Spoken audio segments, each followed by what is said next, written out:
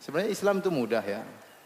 Kalau ingin Islam yang benar, Islam yang murni, tinggal kita lihat apakah Rasulullah SAW mengerjakannya, para sahabat mengerjakannya. Kalau ada dalilnya kita ikuti.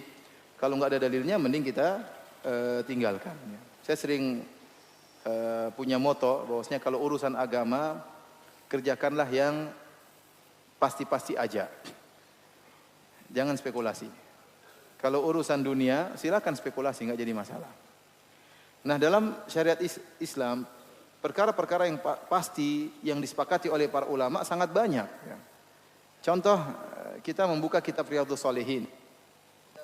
Bab-bab dalam Riyadhus Shalihin, banyak sekali bab-babnya. Bab tentang sabar, bab tentang berbakti kepada orang tua, taat kepada suami, kepada tetangga, sedekah, salat malam, puasa sunnah, puasa Senin Kemis, puasa Daud.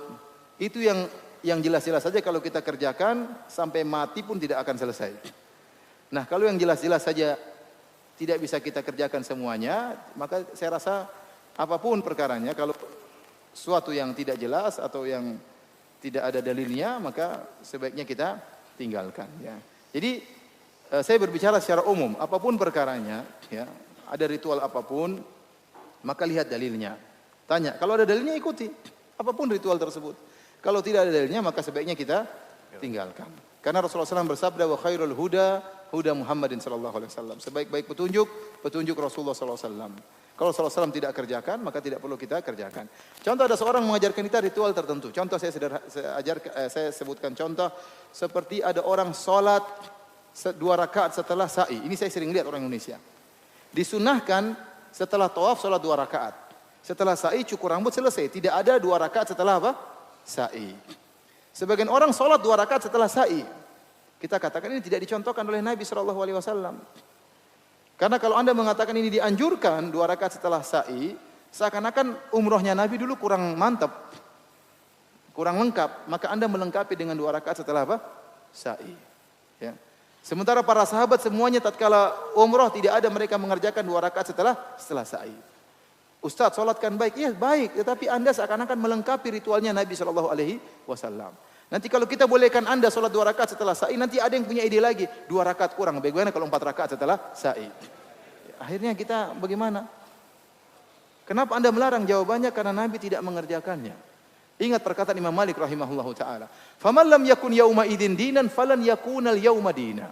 Kata Imam Malik, apa yang di zaman Nabi bukan agama, zaman sekarang juga bukan agama. Ini kaidah Imam Malik. Apa yang di zaman Nabi bukan agama, zaman sekarang juga bukan agama. Bagaimana suatu perkara di zaman Nabi bukan agama, kok sekarang jadi agama? Akhirnya orang berani membuat ritual solat ini, ritual solat anu, ya.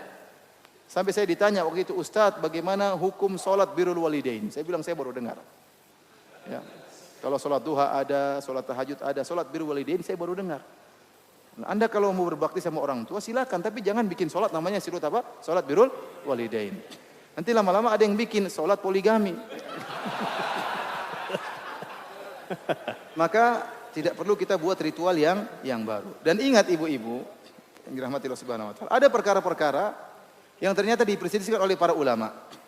Ya, kalau ternyata itu memang benar-benar diperselisihkan oleh para ulama, masing-masing merasa punya dalil, satu mengatakan boleh, satu mengatakan tidak boleh, satu mengatakan haram, satu mengatakan tidak halal, satu mengatakan disyariatkan, satu mengatakan tidak disyariatkan, maka kalau memang masing-masing punya dalil, kita teliti dalam buku literatur yang klasik kita dapat itu sudah khilaf, maka hendaknya kita berlapang dada.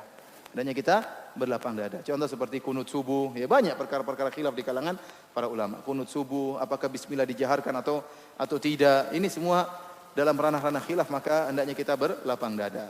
Ya, wallahu a'lam bishawab.